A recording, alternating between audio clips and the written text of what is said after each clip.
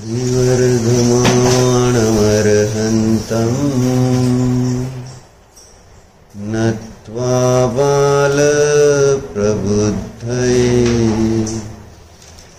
विरच्यते मितस्पष्ट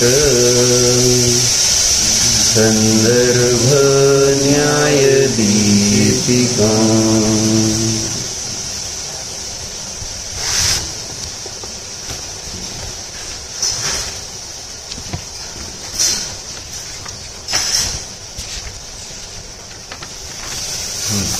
प्रस्थान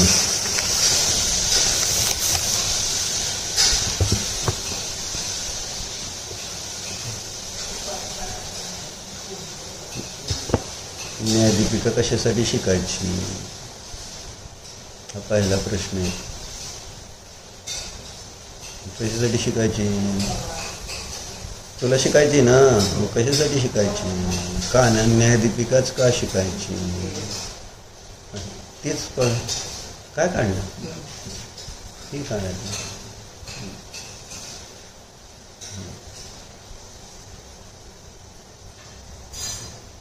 काही प्रयोजन माहिती पाहिजे की नाही?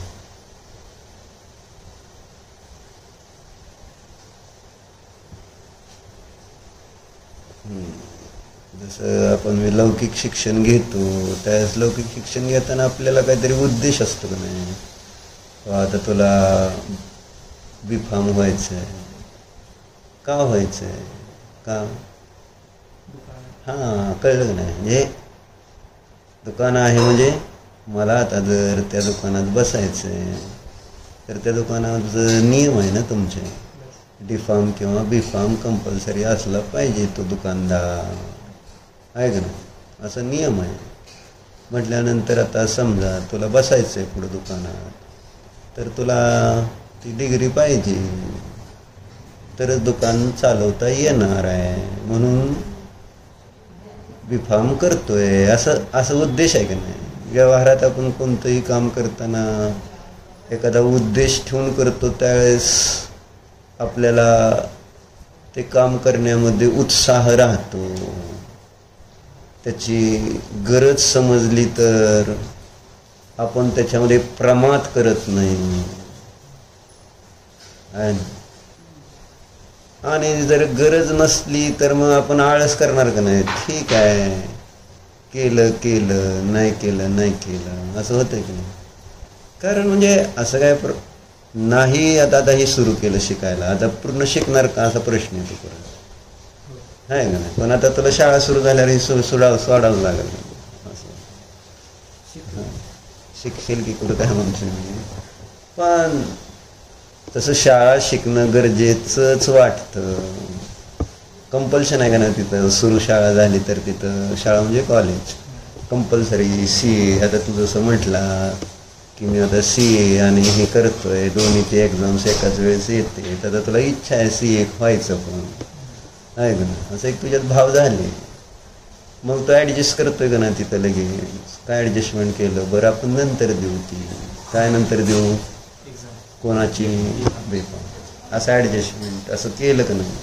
तसं इथे ॲडजस्टमेंट करणार आहे आपण असा एक प्रश्न. अरे सहजतेने घे रे, टेन्शन घेऊन होत. तुला असं वाटायला गेलं बाई काहीतरी विचारतो. नेपतीचा फोन येतो रे, तिला यायचं असेल राहू दे काय. मला वाटलं फोन आलाय म्हणजे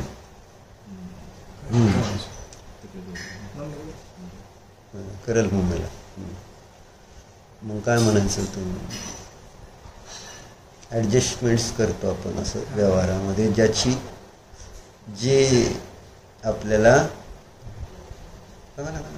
जे आपल्याला शिकायचं आहे किंवा ज्याची आपल्याला गरज आहे. व्यवहारात आपण लौकिक व्यवहारात असं काहीतरी एक ध्येय ठेवून उद्देश ठेवून सगळं करत असतं, बरोबर आहे? 8 तारीख आहे, आपल्या घरात पाहुणे येणार आहे, तर आपलं मधुरमिलनचं सगळं ब्लॉग बीग झाडं बिडं काय पण होऊन झालं तरी लोकाला पूर्ण झालं पाहिजे हे ध्येय आहे का नाही आपलं. आणि त्या दृष्टिकोनातून मग सगळे प्रकारे प्रयत्न तिथं आळस करतं का? रात्र दिवस पैसे तन मन धन यापैकी कशाचं त्या ठिकाणी आळस होतो सा? मनाने तर सगळं आहेच, त्यात काही शंका आहे का? मुदरमिलन मध्ये जे काही कार्य म्हणजे करायचं कार्य तर त्याच्यामध्ये मन तर तिकडंच आहे, बरोबर आहे ना? मधुर मिलन आणि शरीराचे कष्ट पण किती. त्या दिवशी म्हणलं नाही 10 किलोमीटर चाललो, इकडं तिकडे हेलपाटे झाले, पाय दुखतेच संध्याकाळी, असं झालं का? पण तिथं चाललं त्यावेळेस पाय दुखले नाहीत का? पण तिथं हेलपाटे घातले, काय सुद्धा प्रॉब्लेम वाटतोय का? म्हणजे म्हणजे शरीराने पूर्ण काम केलं का नाही? शरीराच्या क्षमतेपेक्षा जास्त काम करू शकतो आपण तिथं. जसं काल तसल्या ते आपण पाईप आणले सिमेंटचे आहे का नाही, मग ते आपल्याला उभी करायची होती का नाही? ताकद लावली का नाही? पाठ दुखते किंवा काय मान दुखेल काय असं विचार केला का? 4 माणसं गोड बोलवून कामाला लावून ते उभा केलं का नाही? आहे का? म्हणजे शक्ती पूर्ण लावली की नाही? क्षमतेपेक्षा जास्त शक्ती लावतो शरीराची. आणि भक्तांवर संध्याकाळी म्हणायला लागलं, एकी भाव म्हणायला लागलं, प्रमाद करतो, झोप आली म्हणतो. त्याचं फळ काय मिळेल आपल्याला याचा कधी विचार करतो का आपण? आपल्याला वाटतं हे असं झालं तर काय नाही, आता मला कंटाळा आलाय, मग असं शास्त्र वाचताना झोप येणं किंवा म्हणताना इकडचं तिकडचं म्हणणं, थोडे शब्द इकडं तिकडं झाले आहे ना, तर काय फरक पडतो? बरोबर आहे ना? म्हणून आपण तिथं आळस करू शकतो का नाही? धर्मक्षेत्रामध्ये किती प्रमाद होऊ शकतो? वर शास्त्र चालू आहे आणि खाली दुकानात काही गिरायक नाही, मग त्यावेळेस आपण शास्त्राला येऊ शकतो का? येऊ शकतो, पण असू द्या, चालू द्या, आपल्याला आपण काहीतरी करत बसू दुसरं, असं होतं का नाही? का अजून असं आपलं तेवढं श्रद्धान बसलंय का? धर्म बसवावं लागलं यांनी हा आपल्याला धर्मश्रद्धान, धर्मच माझ्या कामाला येणारा, चिररक्षक धर्म हमारा, हो धर्म हमारा चिरसाथी, जग में न हमारा कोई था हम भी न रहे. आमचं रक्षक कोण आहे? आम्हाला शरण कोण आहे? हे सगळं आपण रोज वाचतोय. मग आपली आता दिशा बदलायला पाहिजे का नको? जर आपल्याला दशा बदलायची असेल तर दशा बदलायची तर दिशा बदला. दिशा नाही बदलली तर दशा कशी बदली? आपली दिशा कोणती आहे? सुख पाहिजे आणि आम्ही कोणती दिशेला चाललोय? संसाराची दिशा पकडलेली. दिशा कळते ना? डायरेक्शन, कोणत्या डायरेक्शनला चाललोय आपण? सुख पाहिजे म्हणून डायरेक्शन जर तपासलं तर कोणतं आहे? डायरेक्शन कोणतं आहे? दुःखाच्या डायरेक्शननं जर चालत राहिलो, पुढं पुढं जाणार तर दुःख वाढत जाणार. जेवढं सुखापासून तुम्ही लांब जाणार आहे. आणि समज काय केली की आपल्याला असं त्या तिकडं पुढं जाईल, म्हणजे संसारात जेवढी आपली प्रगती होईल तेवढं मला सुख मिळणार आहे, अशी आपली कल्पना नाही का? म्हणजे आपलं चाल कुठंच कशी? मग जेवढं लांब जाणार तेवढं कठीण होणार आहे. तुमच्या माहितीसाठी सांग, परत फिरून तेवढंच चालत यावं लागेल. आणि मग पुढं रस्ता आहे, त्याच्यानंतर पुढं रस्ता आहे. जेवढं लांब गेलोय माघारी यावं लागेल.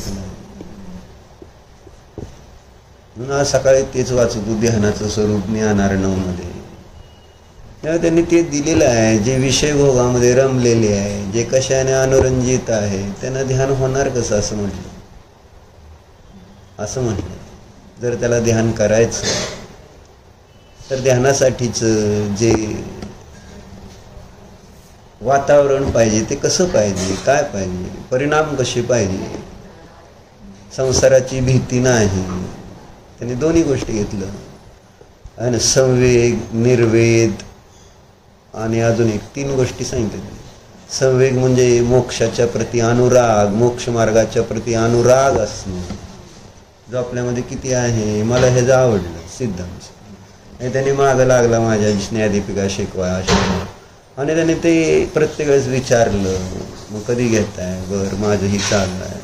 पण त्याने असं म्हटलं नाही की बाबा काय जाऊ दे, काय विचारलं एवढ्या वेळानं, असं उत्साह म्हणजे म्हणजे निराश झाला नाही आणि काय असं सोडलं नाही. म्हणजे त्याच्या खरोखर इच्छा आहे तेव्हा आपल्याला शिकलंच पाहिजे, शिकायचं आहे म्हणून 10 वेळा त्याने विचार. बरोबर आहे. न्यायदीपिका शिकवता का विनयाने? माझ्या तुम्ही कधी विचारलं का? तुम्हाला माहिती आहे मला काय येते, काय झाले काय? बरं कधी म्हटलं मला न्यायदीपिका शिकव? नाही, थोडंसं नाही तर तू घरी मला सांगितलं की हे नाही. असू दे की आत्ताच नाही चाललं असं. मी वर्षानुवर्ष झालं येतो इथं असं सांगतोय. आत्ताच थोडंच चाललंय. आता आलंय तुझं योग भवितव्यता आली. आता तू वाच, तुम्हाला सांगितलं की त्यांनी कॅसेट लावतो ती माताजींची आणि शुद्ध ओमश्रीची आहे ना, आत्ता शिकवलेलं आणि करतो अभ्यास. ते पण मला आवडलं. तासभर करतो म्हटले तू स्वाध्याय, असं मला सिद्ध म्हटलं. म्हणजे स्टॅमिना पाहिजे तेवढा सुद्धा महत्त्वाचं आहे. म्हणजे त्याला म्हणायची रुची. रुची म्हटलं की मग शक्ती वापरली जाते, असं असतं आहे का नाही? मग काय झालं, मन तिकडं आहे, तन तिकडं आहे आणि धन आहे का नाही? म्हणजे असं विचार करतो का किती असं कधीच बजेटचा विचार केलाय का? काम करताना तिथं बजेटचा विचार केला? आपल्याजवळ किती पैसे आहेत आणि आपल्याला किती खर्च आहे असा काही विचार करून कोणतं काम करतोय का? काम कसं करतोय? आणि इथं आपल्याला 11,000चा चढावा घ्यायचा आहे असं समजा. काय दीपक, मग काय म्हणायचं? मुलाला विचारतो, बायकोला विचारतो, पप्पाला विचारतो, मम्मीला विचारतो, असं होतंय ना? मग ते जर होय म्हटले तर बघू, नाही म्हटले तर मग ठीक आहे, नाही तर नाही, बरं झालं, असं होतंय ना? म्हणजे चांगल्या कामाला विचारायची गरज आहे. नेकी और पूछ असं एक व्यवहारामध्ये म्हण आहे. हे चांगलं काम करताना काही विचारायची गरज कधीच असत नाही. खरं पाहिजे. मग आता चांगलं कार्य नव्हतं का? जिनवानीचा प्रभावना तुमची होती का जिनवानीची होती? कोणाची प्रभावना चालली होती? ती फेरी प्रभावना फेरी कोणाची असते? धर्माची, जिनवानीची चांगली प्रभावना करणे. बरोबर आहे. तुम्हाला काय वाटते? मी करतोय म्हणजे तुम्ही उपकार करताय. नाही, असं वाटतं ना आपल्याला की आपण घ्यायचं म्हणजे आपण काहीतरी भारी झालो, आपण चढाव घेतला म्हणजे आपण भारी नाही झालो.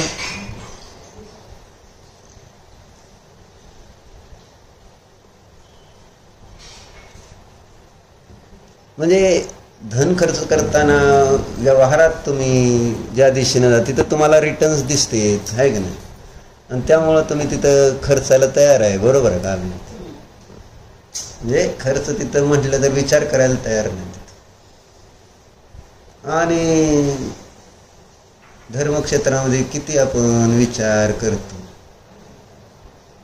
खर्च करताना. बजेट आहे का नाही कधी विचार करतो नाही. आपलं बजेट आहे का असं विचार करतो.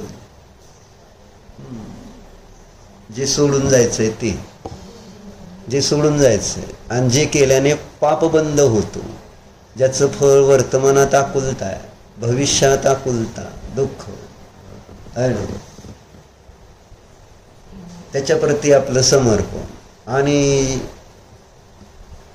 धर्म ज्याचं फळ वर्तमानामध्ये सुख शांती समाधान आणि भविष्य काळामध्ये सुद्धा सुख शांती समाधान, असा सुंदर धर्म आहे. आणि तो सुंदर वाटल्यानंतर सुंदर तुम्हाला म्हणजे ते सांगितलेल्या शब्दाचा अर्थ कळेल. मी सुंदर आहे म्हणून थोडंच तुम्हाला सुंदर वाटणार आहे. आणि मी किती जरी म्हटलं धन सुंदर नसतं, तुम्हाला पटणार आहे का? सांग, धन सुंदर असतं का नसतं? सांग मी बघा.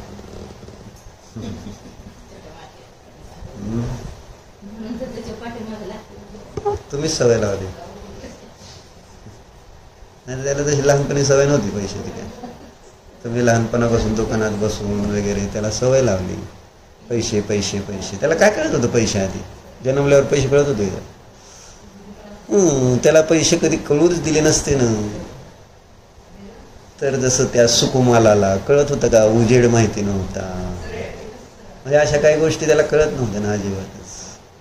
सुकुमाला असा सांभाळला होता, तसं तुम्ही ह्यांना सुकुमालासारखं सांभाळलं. कुठं धर्माच्या नादी लागलं तर अडचणीत येऊ नये. असू दे, चर्चा कशावरून निघाली आपण? कशावरून निघाली? कशासाठी शिकतोय? जिज्ञासा पाहिजे ना, गरज पाहिजे, प्रयोजन माहिती पाहिजे. असू द्या, सुरुवातीला तर असंच होणार आहे, परंतु जसं जसं आपण मग म्हणजे आपण थोडंसं आपलं हिताचं विचार करून आणि प्रत्येक वेळेस प्राधान्य धर्माचं लक्षात घेऊन जर आपण काम करू लागलो ना सगळी, तर आपल्याला धर्मासाठी समर्पित होणं कठीण नाही. फक्त आपल्या ज्ञानात ते घोळलं गेलं पाहिजे, पुन्हा पुन्हा पुन्हा पुन्हा सारखं आपण स्वतःला संबोधन केलं पाहिजे. बंद कर पंखा आणि वर बस चटईवर. मला माहिती म्हणून बंद केला, परत तो अजून आजारी पडली म्हणजे अडचण, ताप आला तिला. तात्पुरतं बरं होतं ते, तात्पुरतं असतं का नाही. परत आता खाली बसलं गार लागल्यावर परत अजून ताप चढेल, अजून काम करायचे.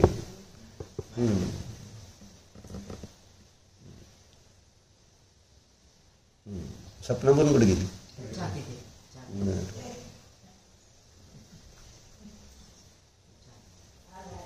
नाही नाही, निवांत पिचा हे असं आहे, चहा पिते. तर चला, न्यायदीपिका शिकण्या पाठीमागचा. आता न्याय म्हणून कुठलाही ग्रंथ लिहिताना आचार्यांनी जसं प्रवचनसारमध्ये सुद्धा त्याचं विश्लेषण करण्यापूर्वी त्यांनी सांगितलंय की बाबा हे कशासाठी करायचं म्हणून हे पण सांगितलेलं असतं, किंवा ग्रंथ लिहून झाल्यानंतर शेवटी लिहिलेलं असतं कधी आहे ना. हे ग्रंथ वाचन काय फळ मिळतं, समयसारमध्ये शेवटी लिहिलं ना, जो समय पाहुरमिनम अट्टतच्छदो नादुम अत्थे ठाही चेदा हो हरितो उत्तमम सुखम. कुठल्याही ग्रंथाच्या मध्ये वर्ण शेवटी करताना त्यांनी सांगितले हे उत्तम सुखासाठी आहे. जसं काल शेवटी थांबला नव्हता ना तो, शेवटपर्यंत होता. भूक लागली होती ना, गरज सरो मैद्यवरो मरो. हे पूर्ण करावंसं असं वाटलं का आपल्याला? टोपी तुला बदलायची नव्हती ना, त्याच्यामुळे टोपी बदलायची असली तर घोंगडं अडकलं, तू म्हणला नाही घोंगडं अडकल्यावर माणूस थांबतोय धर्माला. म्हणजे तसंच ती आपल्या व्यवहारात तसंच आहे. घोंगडं अडकल्याची घटना माहिती आहे ना का नाही माहिती? ती म्हण का निघाली? एका गावात एक कीर्तनकार असंच गेला होता ना, आणि मग त्यांनी कीर्तन सुरू केलं. झालं आता कितीतरी वेळ झालं, पण लोकांना काय आपलं आपलं काम झालं की निघून जातात ना लोक. लय किती टायमिंग फिक्स असतं सगळ्यांचं. आता तुमचं टायमिंग पण फिक्स आहे ना. मग झालं असं करत करत एक एक एक एक उठून निघून गेली सगळं. एक मनुष्य मात्र तिथं बसला होता, आणि मग त्याला वाटलं त्या सांगणाऱ्याला की बाबा खरा हे आहे श्रोता काय. एक जण जी बसला होता त्याला वाटलं की, मग त्याने हो म्हणून सांगत राहिला त्याला. ते झाल्यावर मग थोडंसं थांबलं. म्हटले कसं काय? म्हटले तुला वाटलं काय तू एकटाच थांबला? म्हटले बाकी सगळी काय नाही. म्हटलं मी सुद्धा थांबलोय, तुम्ही ज्याच्यावर बसलाय ना ती घोंगडं माझं आहे म्हटला, म्हणून बसलोय, बाकी काय नाही. घोंगडं अडकलं कळलं का? ज्याच्यावर बसलं त्याला घोंगडं तरी घेऊन जावं लागणार का नाही घरी त्याचं. मग आता गपचीप बसावं लागलं त्याला. ते बसलाय म्हटलं उठ पण म्हणताय ना बाबा माझं घोंगडं आहे असं.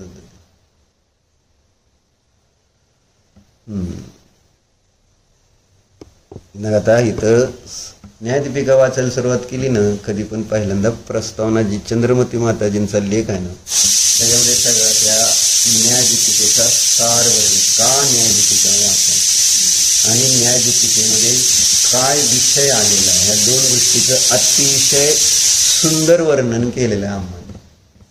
आणि थोडक्या शब्दामध्ये पूर्ण विषय देऊन त्यांनी याच्यामध्ये न्यायदीपिका मध्ये काय सांगितलंय आणि का शिकायची ह्या दोन गोष्टीचं वर्णन केलं. आणि आपल्याला ह्या दोन गोष्टी माहिती पाहिजेत. का शिकायची हे सांगितलंय आणि ह्याचा विषय काय आहे. बरोबर आहे का. जसं ग्रंथाच्या प्रारंभी मंगलाचरण करताना ग्रंथ प्रतिज्ञा केली जाते ना, मी काय सांगणार आहे हे सांगावं लागतं ना. ओच्छामी समय पाहुड ओच्छामी नियम सारम. मी आता आत्मानुशासन सांगतो आहे ना. किंवा इथं न्यायदीपिकेमध्ये सुद्धा म्हटले की नाही. आता मंगलाचरणामध्ये काय म्हटलं, विरच्यते मितस्पष्ट संदर्भ न्यायदीपिका राहू असं मंगलाचरणात लिहिलंय की. आता मी काय करणार आहे, न्यायदीपिका सांगणार आहे असं. म्हणजे काय सांगणार आहे हे कळायला पाहिजे का नको. विषय कोणता येणार आहे हे समजायला पाहिजे. मग तुम्हाला शिकायचं का नाही हे त्याच्यानंतरचा विषय आहे. म्हणजे सुरुवातीला त्यांनी आपलं सांगून टाकलं मी ह्याच्यामध्ये हा विषय सांगणार आहे. मग मला आता तो विषय शिकायचा आहे का असं आहे का दुसरा शिकायचा आहे असं होतं. म्हणून आपल्या आचार्याने पहिल्यांदा इष्टदेवाला नमस्ते झोप यायला लागली का नाही, यायला लागली का नाही, झोप यायला लागली का नाही. मला तेच म्हणायचं. म्हणजे आपलं काहीतरी कर्म चुकीचं आहे उदयात येणार. म्हणजे तीव्र पापाचा उदय आहे. आपल्याला सांगितलं शास्त्राच्या वेळेला नरक झोप येणं म्हणजे नरकाला जाण्याचं कारण आहे. बरोबर आहे असं लिहिलं आहे.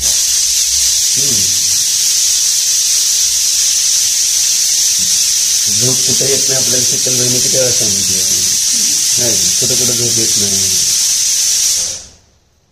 कुठं कुठं झोप येत नाही. भगवती आराधनेमधलं सांगायचे ना शीतल. केव्हा केव्हा झोप येत नाही माणसाला.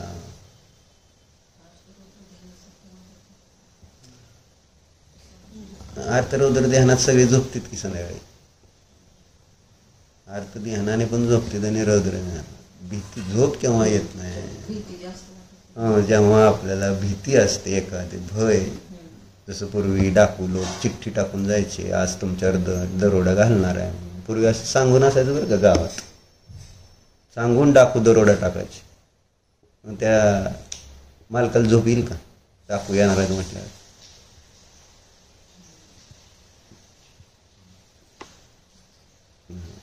जेव्हा भय असतं की नाही कुठलेही भय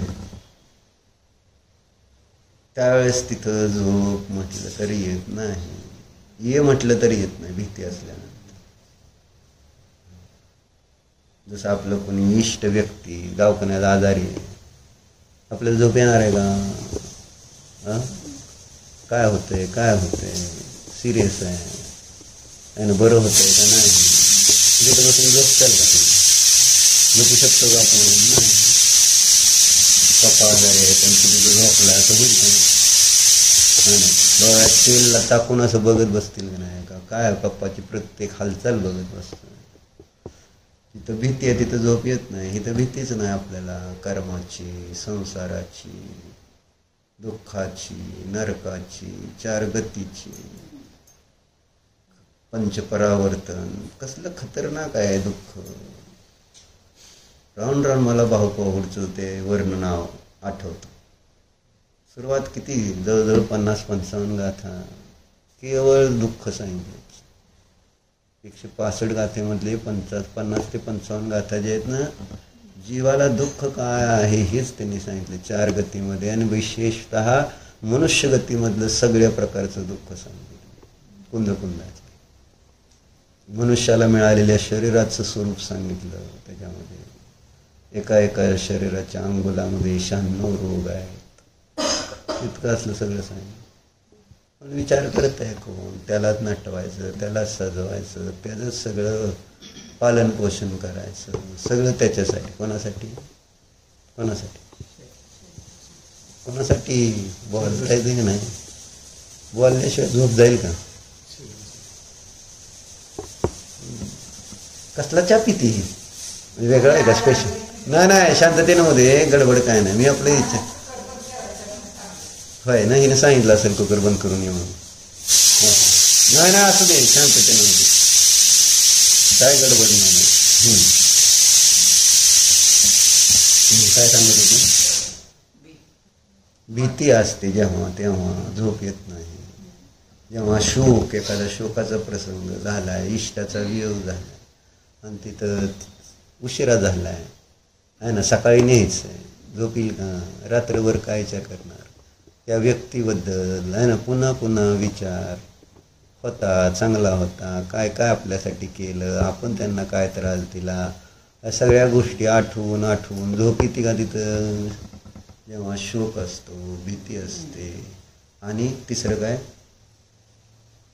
तिसरं प्रेम, प्रीती. प्रेम असल्यानंतर आता तुझं समजत मुलीवर एका प्रेम आहे असं समज. नाही मला माहित आहे, पण जर असं आहे आणि तिचा रात्री फोन आला, किती वाजता झोपणार का? नाही का? नाही म्हणतो, त्याला माहिती आहे म्हणजे प्रेम बसलं त्याचं. मी कसं काय सांगतो त्याला माहीत नसताना सुद्धा सगळं बरोबर, रात्री झोपणार नाही म्हणतो. तसं करू नको. ती पेनचं काय खेळण्यासाठी का? म्हणजे प्रेम असलं का नाही तर झोप येत नाही. बरोबर आहे. मग आपल्याला आत्म्याविषयी प्रेम, संसाराविषयी भय आहे ना, मुक्तीचा वियोग आहे किंवा अतिंद्रिय आनंद, त्याचा इष्टाचा वियोग आहे म्हणून शोक, असं सगळं जर ध्यानात राहिलं तर झोप येणार नाही. येईल का? झोप येत नाही. 8 तारखेला तिथं कार्यक्रमाच्या वेळेस झोपशील का? रात्रभर तुम्ही आता गोंधळ घालताल 7 तारखेला आहे का? समजा 8 तारखेला तरी सकाळी उठून तुम्ही कामं सगळे, उत्साह किती असेल. संसाराच्या विषयामध्ये उत्साह दिसतोय आणि बुद्धिपूर्वक म्हणून सांगितलं, सगळीकडे सांगितलं आचार्यांनी ज्ञानार्णवमध्ये, किंवा बुद्धिपूर्वक आपल्याला काय अजून वाचत होतो मी काल, स्वरूप संबोधनमध्ये श्लोक कोणता आला होता? आत्मोपलब्धीमध्ये बाधक कारण काय सांगितलंय? काय बाधक कारण? उदाहरण काय दिलंय? बरोबर आहे, उदाहरण दिलं होतं का नाही? ज्याचं चित्त कशाने अनुरंजित आहे त्याला आत्म्याची सिद्धी, आत्म्याची भावना, आत्म्याचं ध्यान होत नाही. कशाप्रमाणे? ज्याप्रमाणे एखादं निळं, डार्क निळं वस्त्र आहे ना, कापड आहे, आणि त्याला जर लाल रंगाने रंगवायचं म्हटलं तर रंगवता येईल का? डार्क निळ्याला लाल करता येईल का? नाही करता येणार. तसं आचार्य सांगते, ज्याचं चित्त कशाने अनुरंजित आहे त्याला आत्म्याचं ध्यान कसं करता येईल? कारण ज्याला आत्म्याची भावना करायची त्याने कशी करावी? तर राग द्वेष विवर्जितम असं शब्द वापरला. राग द्वेष सोडून आत्म्याची भावना केली तर आत्मसिद्धी होणार आहे. ज्याचं चित्त कशाने आहे अनुरंजित आहे त्याला आत्म्याची भावना होणार नाही असं सांगितलं. काय सांगत होतो मग? काय सांगत? कशासाठी सांगितलं?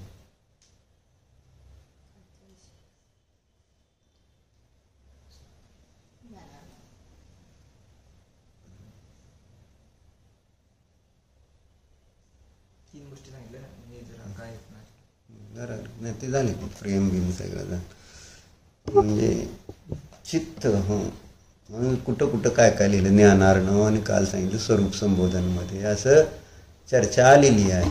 बरोबर आहे का? म्हणून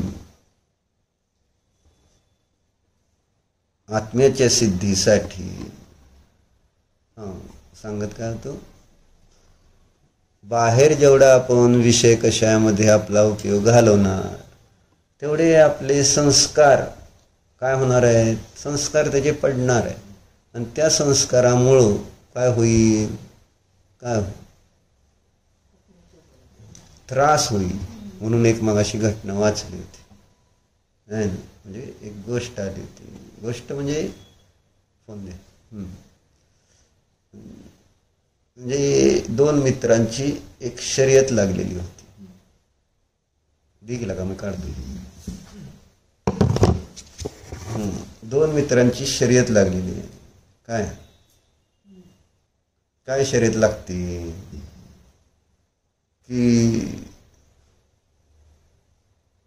एकांतामध्ये काय 1 महिना राहायचं.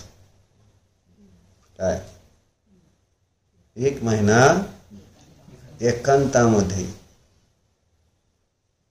राहायचं. तर किती पैसे देणार म्हटलं मित्र, माहिती 10 लाख रुपये.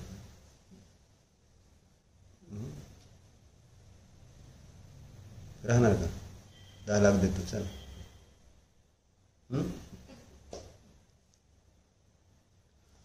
मग झालं,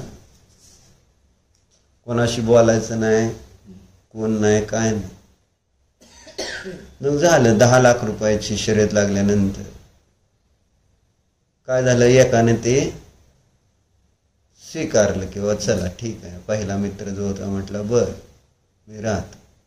मग गावाच्या बाहेर एक असं मोकळं घर होतं आणि त्या मोकळ्या घरामध्ये काय केलं, त्याला ठेवलं. त्याच्या जेवणाची व्यवस्था ठेवली आहे ना, आणि तिथं 2-4 पुस्तकं पण ठेवली, तसं नाही असं नाही. आणि त्याला 1 महिन्यासाठी ठेवलं. झालंच, तिथं त्या खोलीत तो सुरू राहायला लागला. मग पहिलं 1-2 दिवस तर ठीक गेले आहे ना.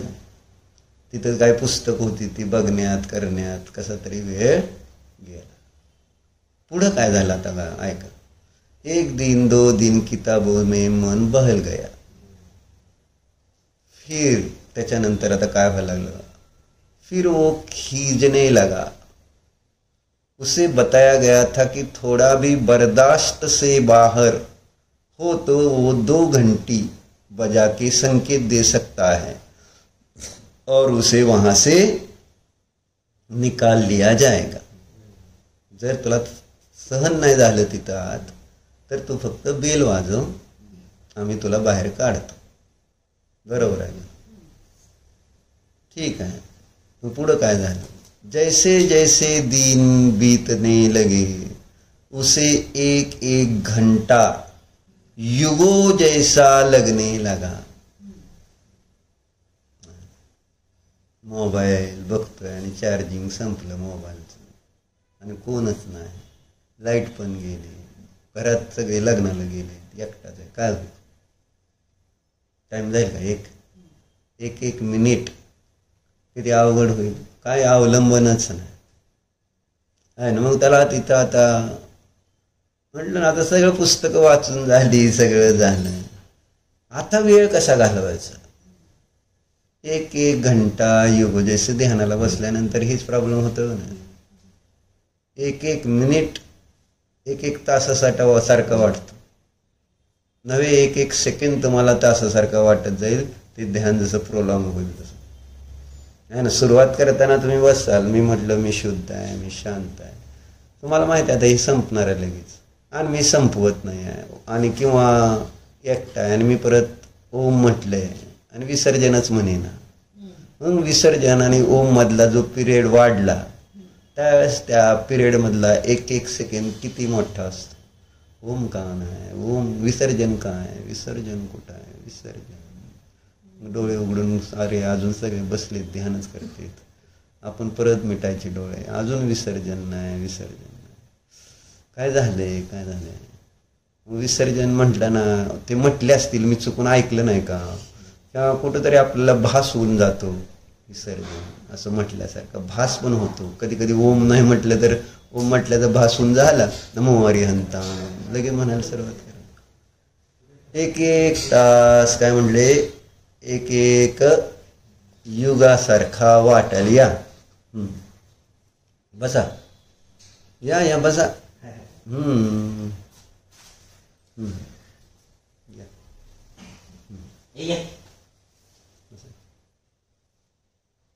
झालं. काय झालं, त्या खोलीमध्ये तो राहत होता. एका शर्यत लागली होती 2 मित्रांची. काय शर्यत लागली होती, गावाच्या बाहेर एका खोलीमध्ये 1 महिन्यासाठी राहायचं एकटंच. काय शंभू काय करतोय, लक्ष आहे नाही का, फोनवर बोलतोय? हां, आता फोन वापरायचा नाही तर जप्त केला जातो. इथं सांगतोय आपलं, परत म्हणशील लगा असं कसं जाणं. तर मग त्या 2 मित्रांची शर्यत लागल्यावर ते 2 जणांचं काय म्हटले, एका खोलीमध्ये 1 महिना एकटंच राहायचं. आणि किती रुपयाची शर्यत लागली, 10 लाख रुपयाची. मी पण देतो 10 लाख, कोण कोण तयार आहे बघा. 1 महिनाभर एका खोलीमध्ये जेवायला फक्त तुम्हाला देणार, ते व्यवस्था ठेवणार. बाकी तुम्ही एकटं राहायचं 1 महिनाभर एका खोलीमध्ये. कोणाशी बोलायचं नाही, कोण तुमच्याशी भेटणार नाही, टी व्ही नाही, काय नाही. 1 महिना एक खोलीत 10 लाख देतो शंभू. राहतो का? 10 लाख म्हणतो रे, रुपये 2 रुपये म्हटले तर असं 10 लाखासाठी त्या एका खोलीत बसायला काय अडचण आहे. तुला बरं 10 नाही 1 कोटी देतो, चल 10 लाखाचं तुला काय म्हणजे नाही राहत, तीच तर चालले ना. पण 1 कोटी दिल्यावर तर राहतंय की नाही माणूस. पैशासाठी तर संसारात राहिलोय आपण. पैसा नसता तर काय संसारात कवाच गेलो असतो. आता राहिलाय संसारात, ते आपण दीक्षा का घेतली ना अजून. मौन करा त्या फोनला. तर मग पुढं काय झालं आहे, मग त्याने एका मित्राला म्हणजे असं जोश असतो ना कधी कधी. जसं कॉलेजमध्ये शर्यत लागली होती, असे सांगतात पोरा, ध्रुव परवा काय सांगतो, वडापाव का काय खायचं होतं कुठंतरी, कोण किती खाणार. आणि ज्याने आहे ना जेवढं जास्त खाईल त्याने बिल नाही भरायचं, कमी खाणाऱ्याने बिल भरायचं. मग आता काय करणार. मग एका मुलाला एकदम असा सिद्धमपेक्षा बारकुळा जरा असा, आता त्याची ताकद नव्हती, पण आता पैसे सगळ्याचे भरावं लागते म्हटल्यानंतर हो म्हणून खाल्ले. काय झालं, असं उलटी झाली, त्रास झाला सगळं म्हणजे पैशासाठी. म्हणून इतका त्रास सहन करून म्हणजे कसली शर्यत, म्हणजे पैसे घालवायला नको म्हणून किंवा पैसे पाहिजेत म्हणून. कशात पण आमच्या शाळेस का इथंच कुठंतरी पुण्यामध्ये कोणाची तरी 2 मुलात शर्यत लागली आहे ना. मुलं म्हणजे त्यांना अशी जवानीतला जोश असतो, त्यावेळेस काय कळत नसतं. शर्यत काय लागली, रोज संध्याकाळी तिथे एक दूध बाहेर असतं का नाही, म्हणजे संध्याकाळी रात्री तिथं असं गरम ठेवलेलं असतं ना, आपलं थोडं थोडं देते त्याच्यात आटत असते ना ते मसाला दूध. मग झालं तिथं मसाला दूधवाला एक होता. मग साखर विकर असते, मसाला असतो भरपूर ते टाकले ना. मग एक मित्राने धरणं ह्या दुधात हात घालायचा 10 सेकंड आहे ना, तुला 1000 रुपये. किती, 10 सेकंड फक्त त्या गरम उकळे त्या दुधात हात घालायचे. मग 1000 का घालतो की, घातला नव्हे दुसऱ्या सेकंडला बेशुद्ध पडलं, ते हात जळाला, ती वेगळाच. 1000 काय किती गेले कोणास ठाऊक 1000साठी. मी बेळगावला होतो त्यावेळेस, तिथं 2 मुलं होती तिकडच्या साईडची, धुळे साईडची. दोघात शर्यत लागली. आमची हॉस्टेल होतं ग्राउंड फ्लोअर, फर्स्ट फ्लोअर आणि सेकंड फ्लोअर, असं 3 मजली आमचं होतं समजा. मग काय शर्यत लागली की पहिल्या मजल्या आणि मध्ये असं कॉन्क्रीटचंही केलेलं होतं सगळं, म्हणजे ओतलेलं. पहिल्या मजल्यावरून उडी मारायची, 100 रुपये. किती, 100. आणि त्या 100 रुपये जर ती झालं, दुसरा मित्र म्हटला, म्हणजे त्यांनी म्हटलं दुसऱ्या मजल्यावरनं उडी मारली तर कॅल्क्युलेटर, सायंटिफिक कॅल्क्युलेटर त्यास 300 रुपयाला 350 रुपयाला होतं. म्हणजे ही घटना आहे 85, 86, 84, 85. 300 रुपयाचं कॅल्क्युलेटर, सायंटिफिक कॅल्क्युलेटर होतं, आम्हाला लागायचं इंजिनिअरिंगला. मग असं ठरलं होतं. मग पहिल्या मुलांनी 100 रुपयासाठी गेला वर आणि मारली गवडी. मी आपलं माझ्या खोलीत झोपलो होतो. ते जो पार्टनर होता ना, जी दुसऱ्या मजल्यावर उडी मारणार होता, ज्यांनी शर्यत लावली होती ते दुसऱ्या, ते माझ्याच खोलीतला होता. मग त्यांनी पहिल्यांदा मारली की उडी खाली. मी आपलं दुपारचा टाइम झोपलेलो होतो. एकदम दरवाजा वाजला, काय झालं, धडधड धडधड आले सगळे आत आणि त्या पोराला उचलून असं आणले. दोन्ही पाय मोडले होते, म्हणजे फ्रॅक्चर झाले होते. 100 रुपये पैसे आणि थ्रिल असं त्याच्यातलं प्रकार. दुसऱ्याने मग गेला असेल का दुसऱ्या मजल्यावर आमचा रूम पार्टनर, हे जे 2 पाय वाढल्यानंतर त्याची पुंगी. अशी घटना. अशी आता इथं शर्यत काय लागली, 1 महिना एका खोलीमध्ये एकट्याने राहायचं आणि पैसे किती, 10 लाख रुपये देतो म्हटलं. मग झालं, तो एक जण तयार झाला. तयार झाल्यावर तो खोलीमध्ये गेला. मग पहिले तिथं 1-2-4 पुस्तकं पण ठेवली होती समजा, आहे ना, ठीक आहे. मग ते 1-2 पुस्तकं जी होती ते जरा वाचून काढली 2-3 दिवस त्यांनी, काय जसं असं झालं. आता परत किती वेळा वाचणार, 30 त्याला माहिती आहे. आता काय करायचं, बोलायला तर कोण नाही, दुसरं काय एंटरटेनमेंटचं साधन नाही. गपचीप. आणि किती दिवस घालवायचे, आत्ताशे झाले होते 2-3 दिवस, आता अजून 27 दिवस राहिले होते. आता त्याला 1-1 तास कसा जात असेल सांगा. 1-1 तास 1-1 युगाप्रमाणे वाटू लागला. आता त्याची अवस्था पुढे काय व्हायला लागली ते वाचत होतो मी. बघा काय झालं, हा ना. 1 माह 1 अहम 10 लाख रुपये झालं. मग असं झाल्यानंतर आता मग त्याला थोडा त्रास सुरू झाला. पण त्या दुसऱ्या मित्राने एवढी व्यवस्था ठेवली होती, शंभू, काय व्यवस्था ठेवली होती की जर जास्त त्रास व्हायला लागला तर एक बेल ठेवली होती. ती बेल 2दा वाजवली की त्याला त्या खोलीतनं काढणार होती. काय अशी व्यवस्था पण होती खोलीतनं बाहेर काढायची. पण मग झालं, आता तिथं त्याला त्रास व्हायला सुरू झाला. काय मग जैसे जैसे दिन बीतने लगे उसे 1-1 घंटे युग से लगने लगे. लेकिन है ना, शर्त का ख्याल कर, बाहर किसी को नहीं बुलाता. पैसे 10 लाख आहे ना. त्रास व्हायला लागला होता. पण त्रास होता आता वाटायचं आता बिल वाजवावी. तेवढ्यात काय वाटलं, अरे 10 लाख रुपये आहे ना बुडतील आपले, म्हणून त्यांनी काय बेल वाजवलं नाही. वह चीखता चिल्लाता रोता, लेकिन है ना, जिथं त्याला असं वाटलं की आता बिल वाजवाय तेवढ्यात त्याला वाटत 10 लाख. जर आपण आता उघडायला लावलं त्याला बेल वाजवून तर माझे 10 लाख रुपये जातील. काय तड़प जाता मतलब है ना, वो अपने बाल नोचता, रोता, गालियां देता, तड़प जाता, मतलब अकेलेपन की पीड़ा उसे भयानक लगने लगी. पर वो शर्त की याद कर अपने को रोक लेता. एकट्यानं जगायचं किती कठीण होतं. आणि एकटं जेव्हा राहतो त्यावेळेस आपल्याला त्रास कशाचा होतो सांगा. त्याच्यासाठी हे वाचत होतं. एकटं राहिल्यावर आपल्याला त्रास का होतो, कारण आपण साठवलेले असले घाणेरडे विचार आणि ते विचार तिथे यायला लागते. ते एकटं राहिलं की नाही, मग एकांतामध्ये नाही ते आठवायला रिकाम म्हणजे राहिल्यानंतर जे आपण अज्ञानाने केलेले कषाय, राग, द्वेष, मोह, जे काही भाव केलेले असते ते सगळे बाहेर पडायला सुरुवात होतात. आणि त्यावेळेस त्रास सुरू होतात. कारण आपण अभ्यासच त्याचा केलेला असतो आयुष्यभर. शांती ज्याच्यामुळे मिळणार त्याचा कधी मी अभ्यासच केला नाही, चिंतन केलं नाही, मनन केलं नाही. आपले महाराज एकटे कसे राहत असतील याचा कधी विचार केला का तुम्ही? तुम्हाला म्हणताय राहू शकत नाही, त्या महाराजाची सेवा पण तुम्ही करता, पण महाराज एकटेच असते कधी कधी बघितलंय का नाही? ते कसे बरे एकटे, त्यांच्याकडे मोबाईल नाही, त्यांच्याकडे टीव्ही नाही, त्यांच्याशी कोण बोलायला नाही, ते कसे एकट्याने राहू शकते? त्यांच्याकडे असं काय आहे की ते एकांतामध्ये, आणि त्यांना एकांतच आवडतो आणि आपल्याला एकांत त्रास देतो. हे आपल्यात आणि त्यांच्यातला फरक आहे. त्यांच्याजवळ असं काय आहे की कशामुळे ते एकटे राहून सुद्धा आनंदी राहू शकतात. मग सांगते पुढे काय झालं बघा.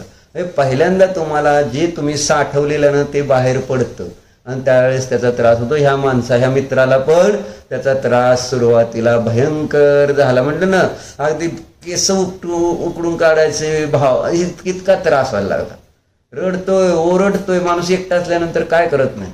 झालं, थोडं राहिली गोष्ट. 4 वाजता येणार आहे ते.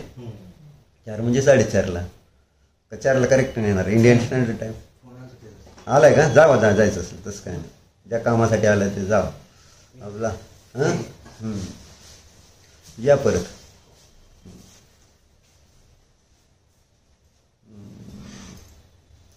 गोष्टला का अर्धी राहिली पण शंभू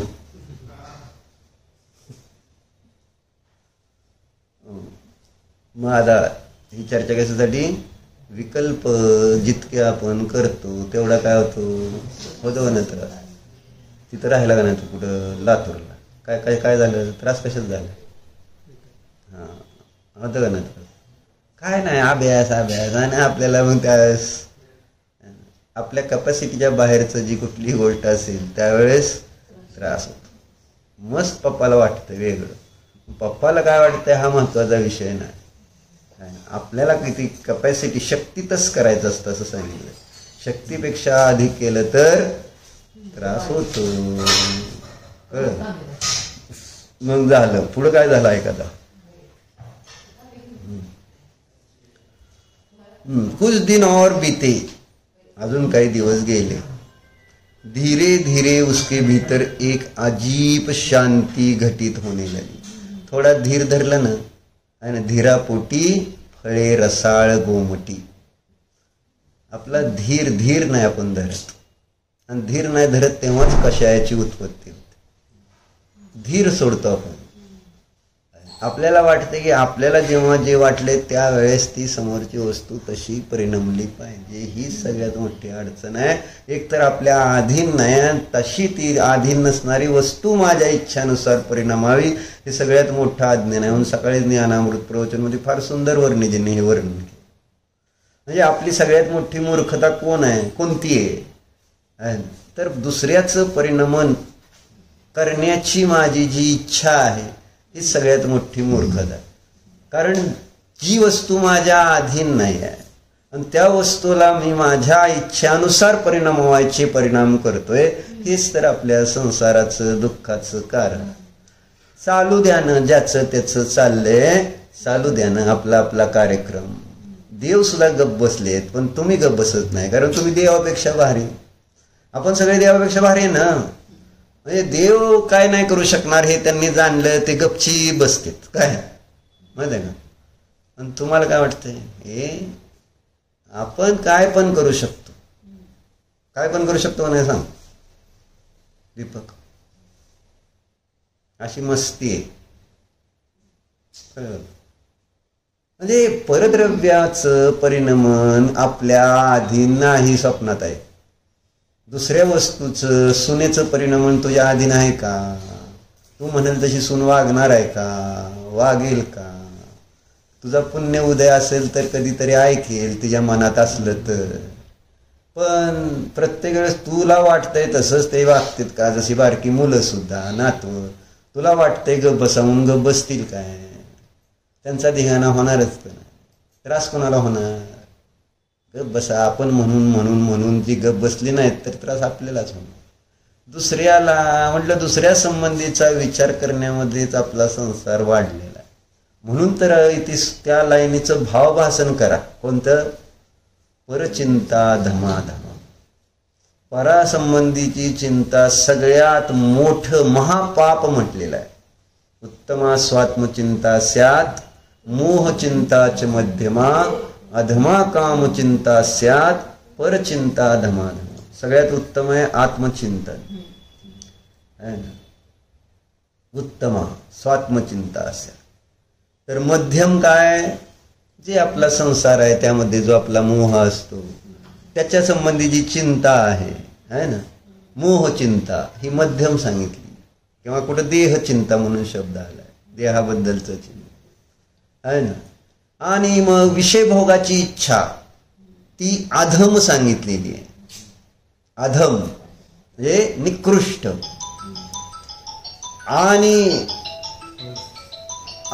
अधमात अधम काय तर सांगितलंय परचिंता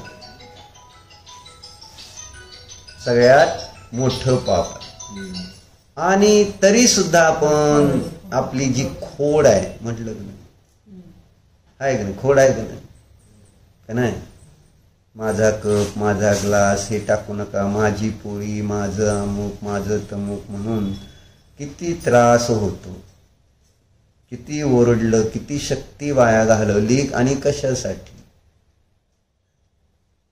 ठीक आहे, जे होतंय चाललंय आपण जाणतोय, पण आपल्या मर्जीप्रमाणे व्हायला पाहिजे. किती टेन्शन आणि किती चिंता आणि किती आरडा ओरड कोणत्या गोष्टीसाठी, असं होतं ना. म्हणजे ज्या गोष्टी, म्हणून लक्षात आपण शास्त्र वाचतोय काय, शिकतोय काय, मी एकटाय, शरीर माझं नाही, तिथं बशीन दुकान आणि घर आणि काय काय काय, म्हणजे थोडं तरी माणसाने विचार करावं का नाही करा. नुसतं वाचायला ना ऐकायला आहे का हे सगळं. म्हणजे हे जीवनात काय लावायचे का नुसतंच हे खोटं आहे का सगळं. हे काय लहान मुलांच्यासाठी सांगितलेल्या गोष्टी आहेत का ज्या खोट्या असतात. एक राक्षस असतो, एक राजा असतो, एक राजकुमारी असती, माहिती आहे ना. लहान मुलांच्या गोष्टी म्हणजे स्पायडरमॅन असो नाही तर सुपरमॅन असो, काय खोट्या असतात का खऱ्या असतात. ते आयर्न मॅन ते खोटे आहेत का नाही, पण त्याच्यात रमतंय ना कधी. पण ते खोट्यात तुम्हाला कळतं. मोठ्या लोकांना कार्टून वगैरे बघतील पोरं, त्याच्यात त्यांना मजा वाटते. तुम्हाला कळतं का नाही काय येडे ती. ज्ञानीला तसं वाटतं ही येडे लोक काय कशात रमले ते काय. हा असं बरोबर आहे का मिलन. मग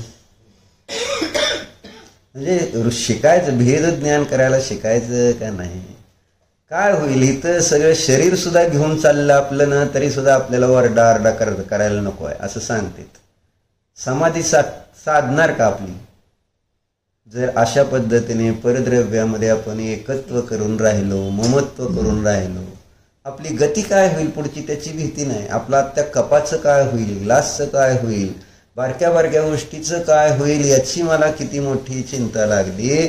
अरे देवा, इथं ही देव आहे मी, त्याचं काय होतंय, त्याची माती होती, त्याची माती आपण आत्तापर्यंत करत आलो, अजून मातीच करणार का. त्याचं सोनं करायची एक संधी आहे.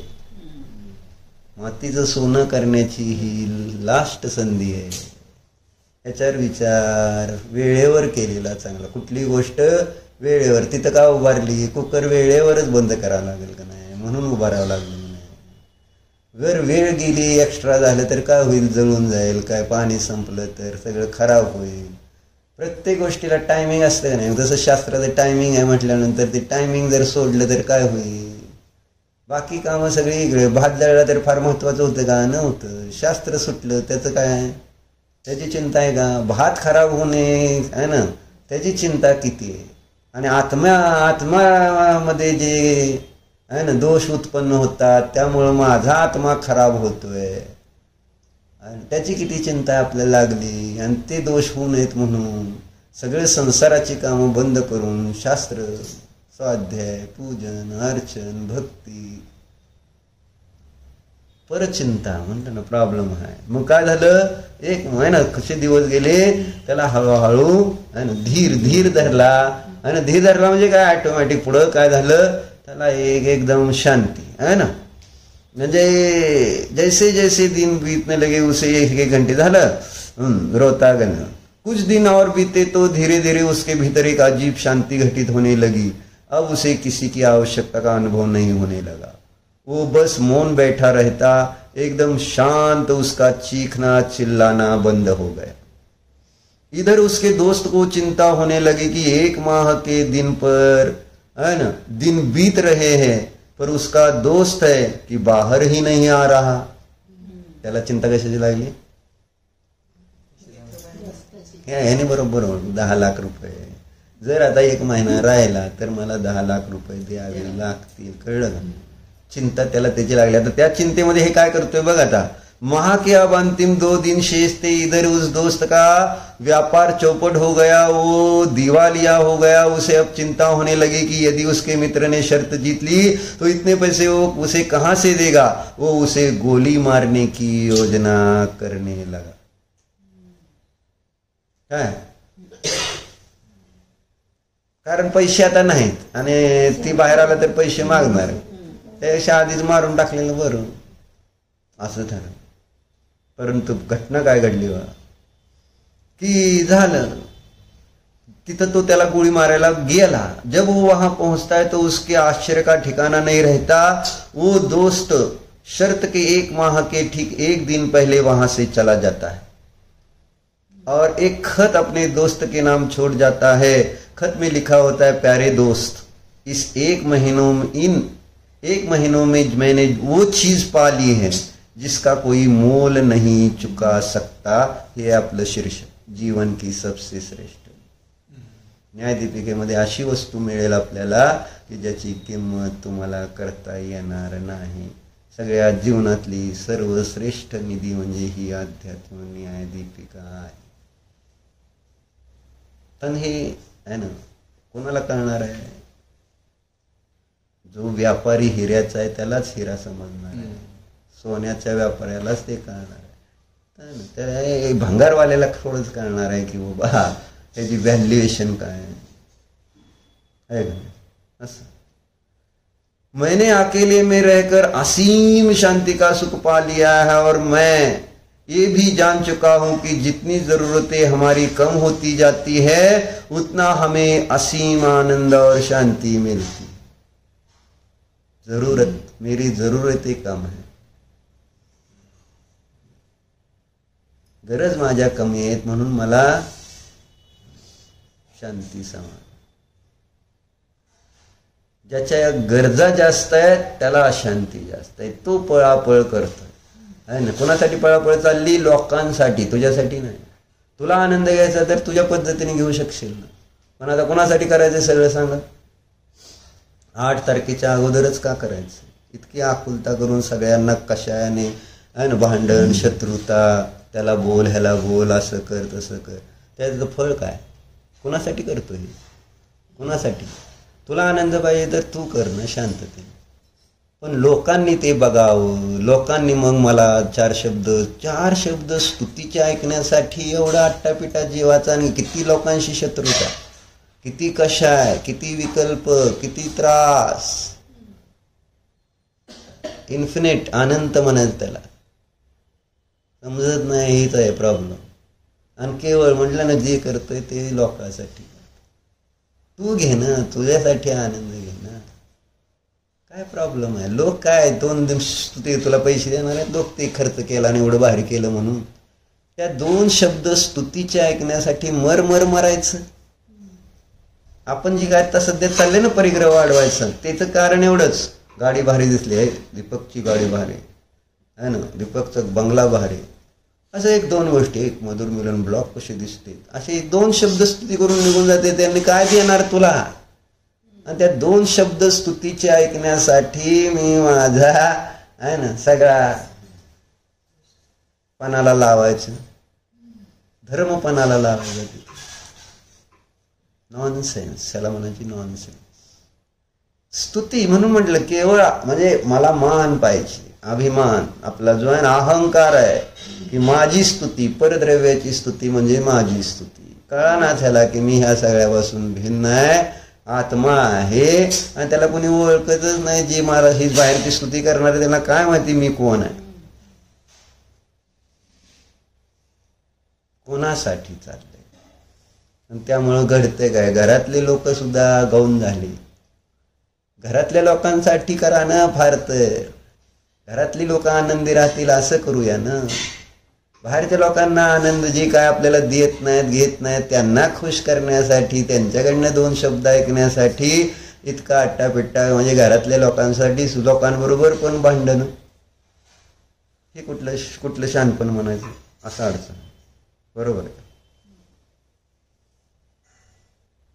चिंतन करावं माणसाने सगळं काय. म्हणून म्हटलं परचिंता धमाधमा, मोठं पाप आहे, फार मोठं पाप आहे. मिथ्यात्व त्याच्यात लढलेलं आहे, पण ते लक्षात येणारच नाही ना. कारण कशाच इतके हावी झालेले आहेत आमच्यावर की त्याच्यामध्ये मला बाकी काहीही कळायला तयार नाही. ठीक आहे ना, असू द्या. मग काय झालं? शांती मिळते. मैंने इन दिनों में, काय म्हटला तू बघा, मैंने अकेले में रहकर असीम शांति का सुख पा लिया और मैं ये भी जान चुका हूं कि जितनी जरूरतें हमारी कम होती जाती उतना हमें असीम आनंद और शांति मिलती है। मैंने इन दिनों परमात्मा के असीम प्यार को जान लिया। परमात्म्याचं प्रेम तुम्हाला वेळ कुठं आहे? वेळ दिल्यावरच कळणार आहे, वेळ दिल्याशिवाय कळणार नाही। टाइम फार महत्वाचा है। असू दे, इसलिए मैं अपनी ओर से यह शर्त तोड़ रहा हूं, अब मुझे तुम्हारे शर्त के पैसे की कोई जरूरत नहीं। कहानी की सीख ये है दोस्तों, हमारी खुशी हमारे भीतर मौजूद है, इसलिए जितना हम इस संसार के बंधनों से मुक्त होंगे उतना ही हमें एकांत में रहने का आनंद मिलेगा। अगर इस अकेलेपन को एकांत में तब्दील कर पाए तो फिर अकेलापन हमारे लिए वरदान साबित हो सकता है। क्या समझे? आणि हे आपल्याला इथं या न्यायदीपिकेमध्ये मिळणार। एकट्याने आनंदाने जगण्याची कला, ही आहे जीवनाची सर्वश्रेष्ठ निधी। असंच मला इथे शिकवता न्यायदीपिका। मी काय असं शब्द शिकवू शकणार नाही, हळूहळू शिकवे माझ्या पद्धतीने। पण जे शिकतंय त्याच्यातनं काहीतरी म्हणजे हे त्याचा लाभ व्हावा। तुम्ही एक शब्द शिका पण त्याच्यातनं स्वतःला प्राप्त व्हा, नाहीतर म्हटलं ढिगभर शिकणार पण जर इथं कुठं पोचला नाही तर मग ते शिकण्यात तर लाभ काय? म्हणजे याचा अर्थ शिकायचं नाही असं नाही। माझी पद्धत अशी आहे, शिकायचं असलं तरी या। म्हटलं नाही मला असं काय शिकवलं नाही असं म्हणतील लोक, तुम्ही म्हणू शकता तसं मला मी आपलं माझी सिस्टीम सांगितली। ओम